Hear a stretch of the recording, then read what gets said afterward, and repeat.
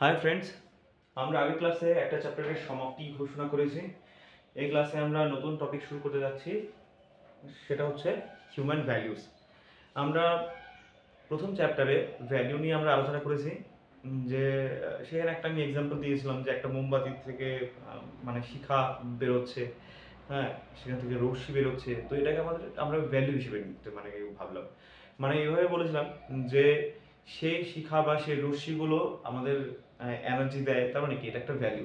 ঠিক তেমনি এক্ষেত্রে ভ্যালু কথার অর্থ আমাদের এই এথিক্স, ইন্টিগ্রিটি, অ্যাপটিটিউড সাবজেক্টের হিসেবে ভ্যালু কথার অর্থ হচ্ছে যে কোনো একটা মানুষের বিভিন্ন গুণ, সেটা খারাপ গুণ হতে পারে, সেটা ভালো গুণ হতে পারে, সেই গুণের হচ্ছে কি কোয়ালিটিকে বলছি আমরা এথিক্স, না সরি মোরাল। কি বললাম, মানে মানুষের গুণগুলোকে বলছি আমি ভ্যালু, আর সেই গুণের কোয়ালিটিকে বলছি আমরা মোরাল। আর মোরাল, অনেকগুলো মোরাল একসাথে হয় হচ্ছে এথিক্স।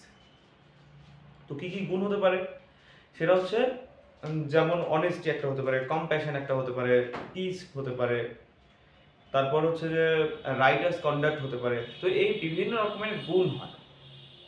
তো সেটা মানুষের জন্য ইউজ করা হতে পারে, বিভিন্ন প্লান্টের জন্য ইউজ করা হতে পারে, অ্যানিমালের জন্য ইউজ করা হতে পারে। কিন্তু আমাদের এই চ্যাপ্টারটা আমরা কি সম্পর্কে, সেটা হচ্ছে হিউম্যান ভ্যালিউস, মানুষের কি কি গুণ থাকতে পারে। তো এই চ্যাপ্টারে আমরা সেই নিয়েই আলোচনা করব। তবে তার আগে আমরা ভ্যালু এর প্রকারভেদের জন্য একটা মানে অংশ রাখতে পারি ক্লাসের জন্য। আর সেকেন্ড ক্লাস বা লাস্ট পরের দুটো ক্লাসে আমরা ভ্যালু কত রকমের, হিউম্যানের কত রকমের ভ্যালু হয়, সেই সব নিয়ে আমরা আলোচনা করব। আচ্ছা দেখো, আমি একটু বইয়ের সাহায্য নিচ্ছি, বোর্ডটা ছকি ইউজ করছি আমি এই চ্যাপ্টারে, কোনো কাজে আসবে না আমি আশা করছি। আমি বলেছিলাম যে এম কার্তিকিয়ান নামে যে বইটা আছে, সেই বইটাকে আমরা ফলো করছি। সেখানে আমরা বেশ কিছু পেজ আমাদের এখানে পড়ার দরকার নেই, তার কারণও বলছি। তো তার আগে চলো আগে আমরা বিভিন্ন রকমের গুণ মানে ভ্যালু নিয়ে আলোচনা করি। ভ্যালুকে আমরা বোঝার সুবিধার জন্য 5টি অংশে ভাগ করলাম। মনে থাকবে কি কি বললাম? 5টি অংশে ভাগ করলাম। একটা হচ্ছে টার্মিনাল অ্যান্ড ইনস্ট্রুমেন্টাল ভ্যালু, এটা 1 number. Terminal and instrumental value. 2 number হচ্ছে মেইন স্ট্রিম ভ্যালু, ঠিক আছে। 3 নাম্বার হচ্ছে institutional value. 4 number individual value. 5 number হচ্ছে ইন্ট্রিনজিক অ্যান্ড এক্সট্রিনজিক ভ্যালু, ঠিক আছে।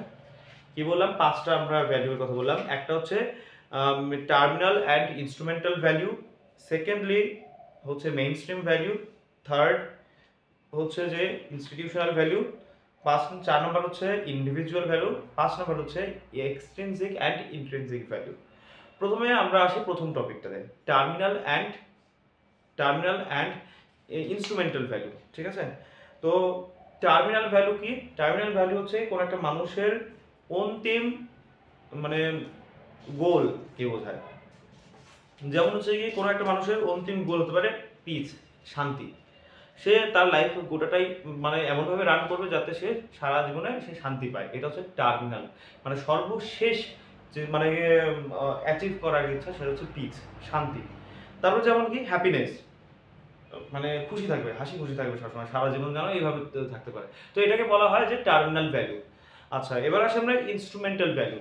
ইনস্ট্রুমেন্টাল ভ্যালু হচ্ছে কি যেটা কিনা আমরা দৈনন্দিন মানে কাজে যেগুলো কিনা আমরা দৈনন্দিন সময় ব্যবহার করি, যেসব যে ভ্যালুগুলো যাতে কিনা আমরা টার্মিনাল ভ্যালুকে অ্যাচিভ করতে পারি। ধরলাম আমরা পিস, শান্তিটাকে অ্যাচিভ করতে হবে, তাহলে আমাদের কি কি লাগবে, কোন কোন ভ্যালু লাগবে? অনেস্টি লাগবে অবশ্যই, তারপর হচ্ছে কি যে মানি লাগবে, তো এটাও দু রকমের ভ্যালু হয়ে গেল। তারপর যেমন হচ্ছে কি যে কি বলে সিনসিয়ারিটি লাগবে আমাদের। হ্যাঁ, এই বিভিন্ন অনেকগুলো ভ্যালুকে আমরা যেমন ব্যবহার করছি, যেসব ভ্যালুর সাহায্যে আমরা টার্মিনাল ভ্যালুকে অ্যাচিভ করি, সেই সব ভ্যালুকে বলা হয় ইনস্ট্রুমেন্টাল ভ্যালু, ঠিক আছে। যে অনেকগুলো ইনস্ট্রুমেন্টকে একসঙ্গে সঙ্গে মানে সাজিয়ে সাজিয়ে একটা বড় ইনস্ট্রুমেন্ট হলো বা মেশিন তৈরি হয়ে গেলো, সেটা হচ্ছে পিস। আর বিভিন্ন এই মেশিনটাকে তৈরি করার জন্য কি লাগবে? হ্যাপিনেস, তারপর হচ্ছে মানে সরি মানি লাগবে, তারপর ওষুধ লাগবে রোগ হলে, তো এই গাড়ি লাগবে মানে চলাফল মানে লাক্সারিয়াস লাইফ চালানোর জন্য।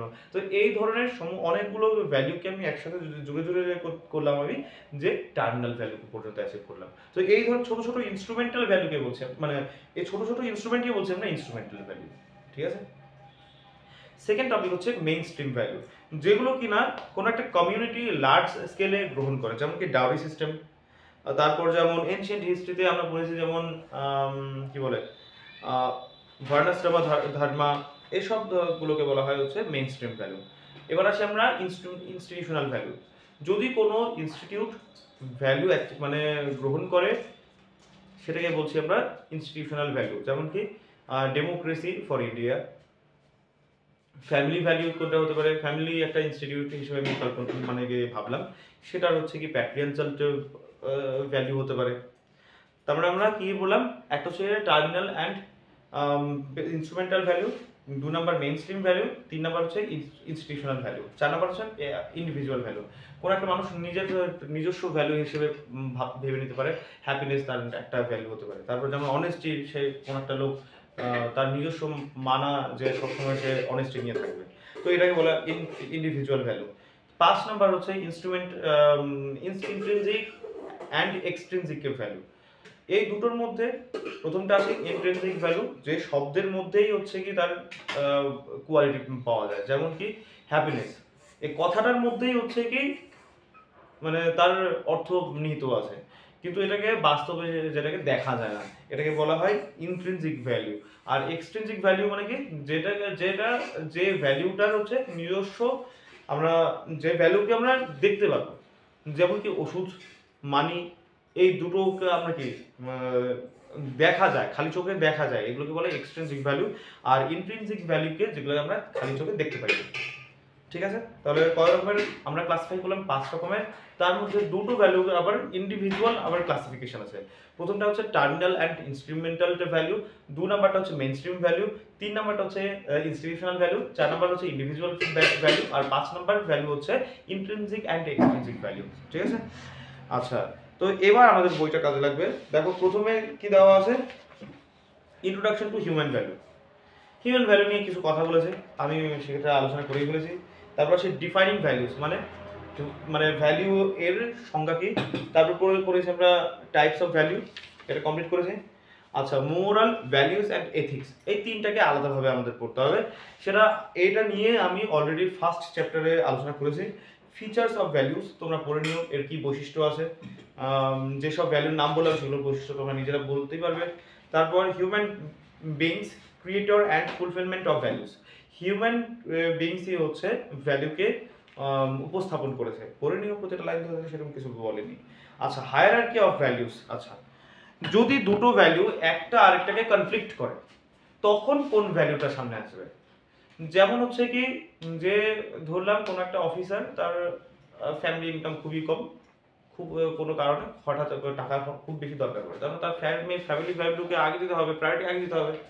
অনেক সময় আমরা আইএএস এর ইন্টারভিউ বা ডব্লিউবিসিএস এর ইন্টারভিউতে দেখি যে যদি তার সার্ভিস আর ফ্যামিলিকে কনফ্লিক্ট হয়, ইন্টারেস্টেড, তখন তুমি কাকে প্রায়োরিটি দিবে।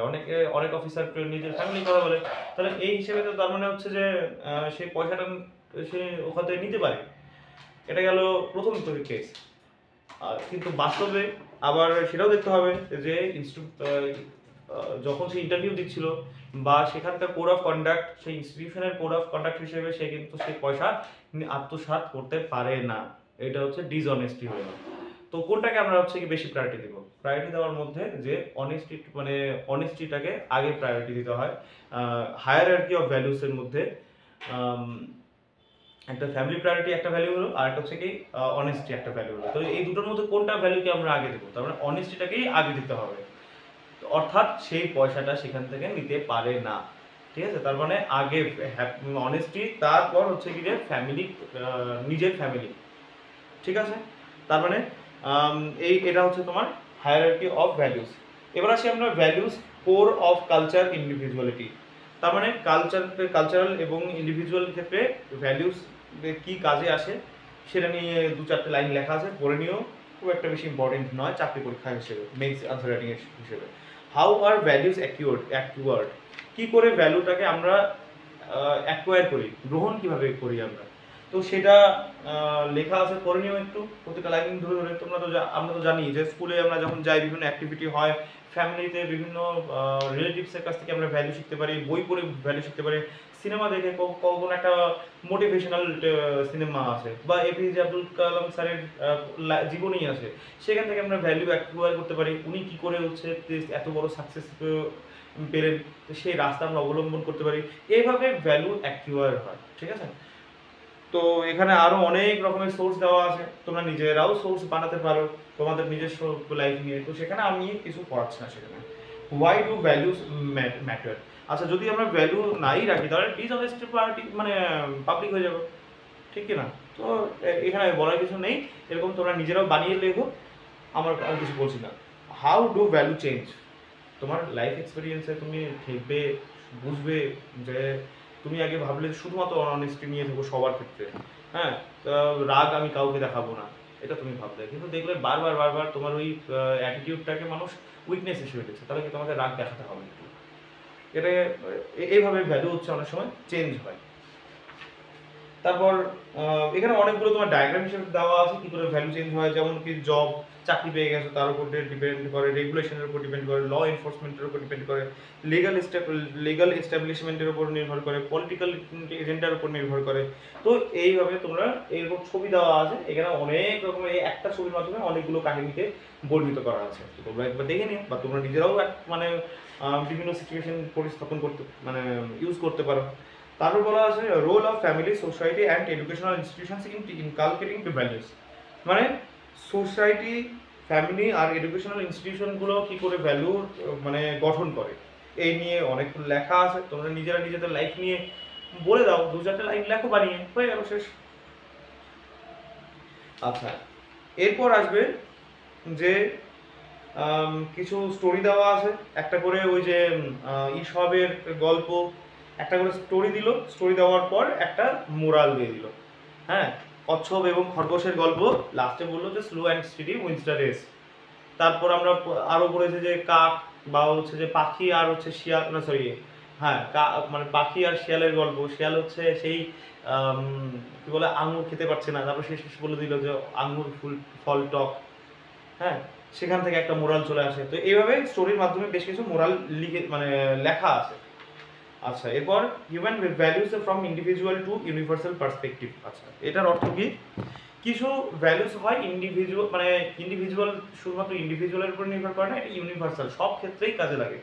যেমন অনেস্টি অবশ্যই একটা ইউনিভার্সাল ভ্যালু, মানে তুমি যে পরিস্থিতিতে থাকো না কেন, তুমি যে দেশেই থাকো, সব জায়গাতেই তোমার অনেস্টিটা অবশ্যই থাকতে হবে। এটা একটা ফান্ডামেন্টাল এবং ইউনিভার্সাল ভ্যালুর মধ্যে পড়ে, সেটা নিয়েই বলা আছে। তোমরা একটু পড়ে নিও প্রতিটা লাইন ধরে ধরে। আচ্ছা, এবার আমাদের যেটা আনসার রাইটিং এর মধ্যে সবচেয়ে বেশি ইম্পর্টেন্ট, সেটা হচ্ছে সাম প্রমিনেন্ট হিউম্যান ভ্যালুস। মানুষের মধ্যে কি কি ভ্যালু থাকা দরকার, সেই নিয়ে 25-30 খানা ভ্যালুস দেওয়া আছে, সেই নিয়ে আমরা নেক্সট ক্লাসে আলোচনা করব। এই ক্লাসটা এখানেই শেষ হচ্ছে, তোমরা অবশ্যই নেক্সট ক্লাসে প্রেজেন্ট থাকবে। বাই।